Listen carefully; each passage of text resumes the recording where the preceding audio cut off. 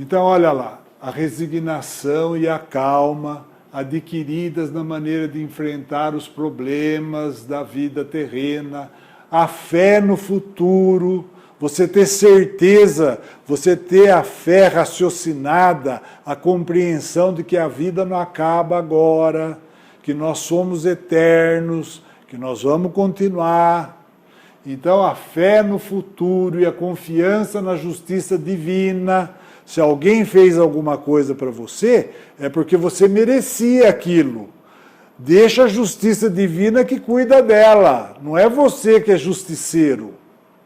Isso não existe.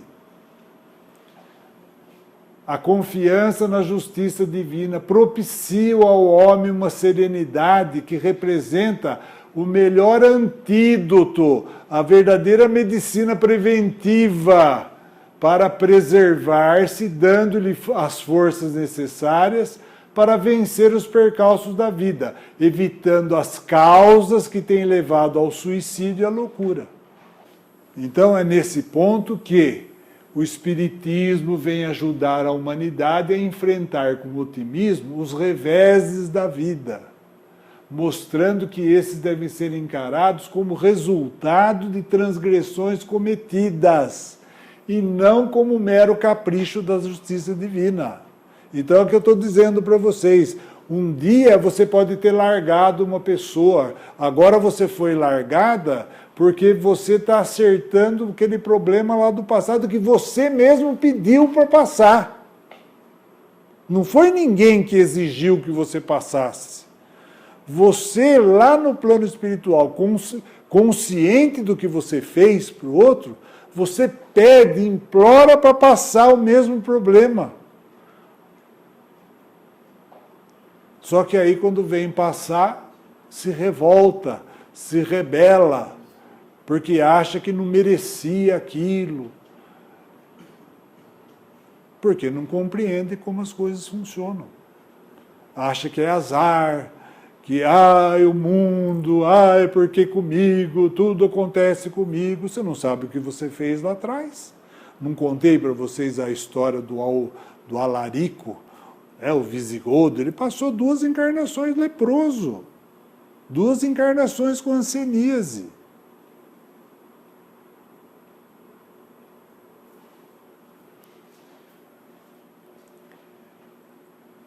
A doutrina espírita mostra, pelo intercâmbio com o mundo invisível, então justamente pela comunicação dos médiuns com os desencarnados, a doutrina espírita mostra os próprios espíritos dos suicidas revelando a situação aflitiva e que se encontram no plano espiritual, e a prova de que ninguém pode violar impunemente a lei de Deus que veda ao homem abreviar a própria vida.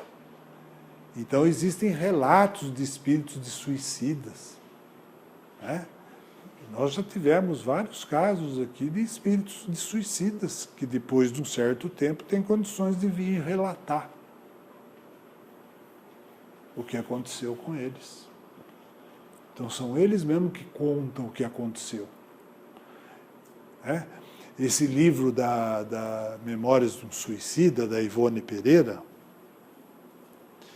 esse livro foi muito interessante, porque esse livro não foi propriamente psicografado.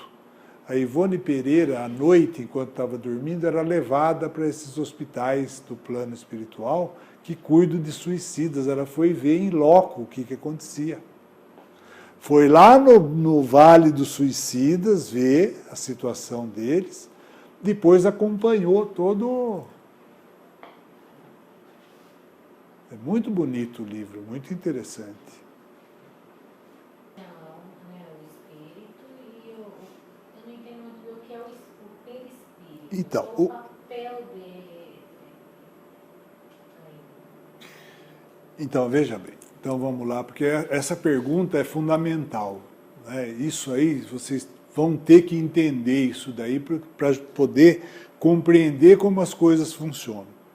Então, é assim, vamos dizer assim, para a gente estar no estado de evolução espiritual que nós estamos, nós precisamos desses 7 corpos, vamos chamar assim. o corpo físico, o corpo astral, que é o modelo desse aqui que nós vamos estar usando no próximo plano, no próximo subplano, que nós vamos, quando desencarnar, né? Então eu tenho o corpo físico, o corpo astral, mas eu tenho corpo causal, corpo emocional, corpo mental, mental superior, búdico.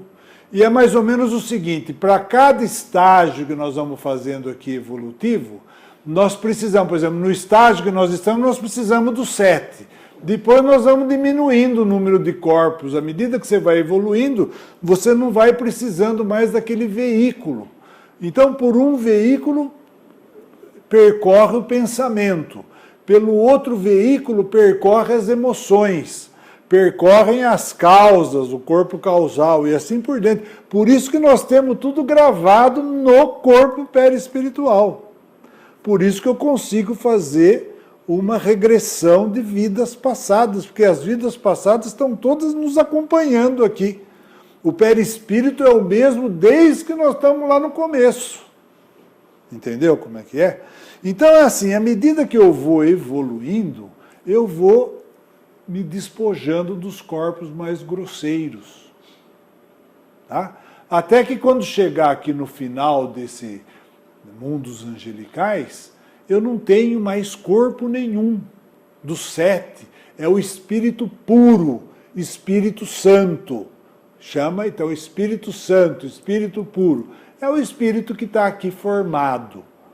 Tá? A partir daí, ele vai continuar o seu processo evolutivo, mas já de uma outra maneira completamente diferente do que nós podemos imaginar no momento. Tá? Então, o perispírito é a somatória de todos esses corpos. Tá?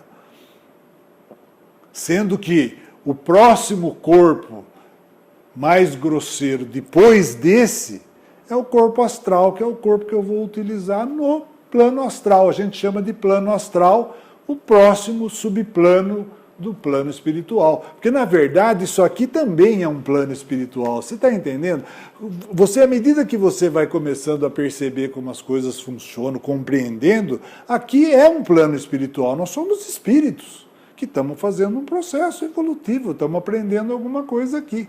Só que existem várias faixas. E, olha, o outro subplano está aqui também. É junto. A gente não diz que aqui é o astral inferior? Então o plano está junto com a gente, só que a gente não vê. Não vê, não sente, um não esbarra no outro. Mas foi Paulo de Tarso que disse, nós estamos rodeados de uma multidão de testemunhas. Os espíritos que nos rodeiam. Bons, maus, entendeu? Só que para a gente poder estar aqui fazendo esse faz de conta, né, essa peça teatral onde cada um está desempenhando um determinado papel, nós temos que ficar isento das outras partes, senão a gente não teria. Muitos de nós frequentam o outro lado, o próximo subplano, a próxima dimensão, durante o sono do corpo físico. Uns trabalham, outros vão para lugares não tão recomendáveis, entendeu? Agora, nós não trazemos lembrança, porque senão ia confundir. Imagine que eu trabalhe no outro subplano, na outra dimensão. Então eu estou aqui agora preocupado com o trabalho que eu sei que eu vou ter daqui a pouco, porque quem precisa descansar aqui é esse corpo aqui, é o mais grosseiro. Ele fica lá e eu posso sair. O espírito, né, com o seu perispírito, você entendeu? Nós chamamos o espírito, eu vejo o espírito. Na verdade, você não vê espírito, você vê o espírito revestido do perispírito. Por isso que a gente chama de alma. Alma é o espírito revestido do perispírito. Então, se o espírito não é visível, Deus, que é o Espírito mais perfeito, a inteligência suprema, não é visível, ele não tem corpo nenhum. Se nós aqui não vamos ter mais, imagine ele naquela situação. Você está entendendo? Por isso que nós, seres espirituais, somos a centelha divina, que estamos fazendo evoluir para nos aproximar cada vez mais dele, do Pai. Por isso que religião chama religião, que vem do latim religar, né? Religar a Deus, como nós falamos no começo hoje da nossa conversa. Entendeu? Então isso é fundamental. Nós temos que entender esse processo. Então tem o corpo físico, tem o corpo astral. Isso aí era matéria do esoterismo, né? Mas que o Espiritismo veio a esclarecer, né? Os centros de força no Espiritismo chama centros de força, são os chakras dos hindus, dos egípcios, que já conheciam, dos maias. Então a realidade é essa. Se a gente pudesse já ter um instrumento que tirasse uma fotografia aquilo que a gente chama de aura, que seria a fotografia Kirlian da totalidade, a gente ia ver justamente a emissão de luz que cada um de nós tem, que é por aí que nós somos conhecidos. Nós emitimos uma radiação eletromagnética com uma determinada frequência e comprimento de onda, que tem som, luz, odor, tudo isso. E é assim que eles nos reconhecem e sabem o grau evolutivo de cada um de nós. E é assim que vai ser separado o joio do trigo. Não é ninguém que vai ficar falando você é isso, você é aquilo, aquela história do julgamento, aquela história que vai ter o juízo final. Isso não existe. Não existe dessa maneira, mas existe de outra maneira. A seleção vai ser vibratória. Vibratória nesse sentido de vibração. É uma vibração, é uma frequência eletromagnética. Cada um de nós emite uma frequência eletromagnética. Então ele nos conhece pela nossa aura, o tamanho da aura, o brilho, a cor, ele sabe quem é quem. Então essa aura é a soma da irradiação desses corpos todos que nós falamos. Então, quanto mais depurado é o seu pensamento, quanto melhor, quanto mais evoluído você tiver, maior é a luminosidade em torno de você. Né? Então, existem médiuns que conseguem ver a aura das pessoas. E aí ela olha, já bate o olho e fala e vê. Aí, mesmo que ela não tenha conhecimento, uma coisa é ver. Outra coisa é ter conhecimento do que você vê. Né? Se eu colocar vocês no microscópio para olhar lá uma célula, todo mundo vai se enxergar, vai conseguir enxergar a célula lá. Mas interpretar o que tem ali é outra coisa. Entendeu? Então, muita gente vê, mas não sabe interpretar.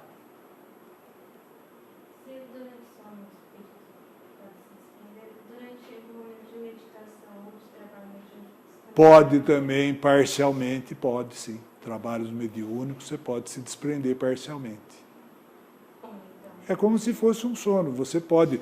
Aí vai depender do traquejo que a pessoa tem. Tem indivíduos, né, que conseguem, por exemplo... Eu não tenho essa capacidade, mas tem indivíduos que eu posso sentar aqui e falar, olha, eu vou relaxar um pouquinho aqui, vocês fiquem tudo em silêncio aí, fazendo uma oração, uma vibração positiva, que eu vou até Brasília ver o que está acontecendo lá. Depois eu volto e conto para vocês. Olha, o Cunha está assim, o Temer. Eu vou lá.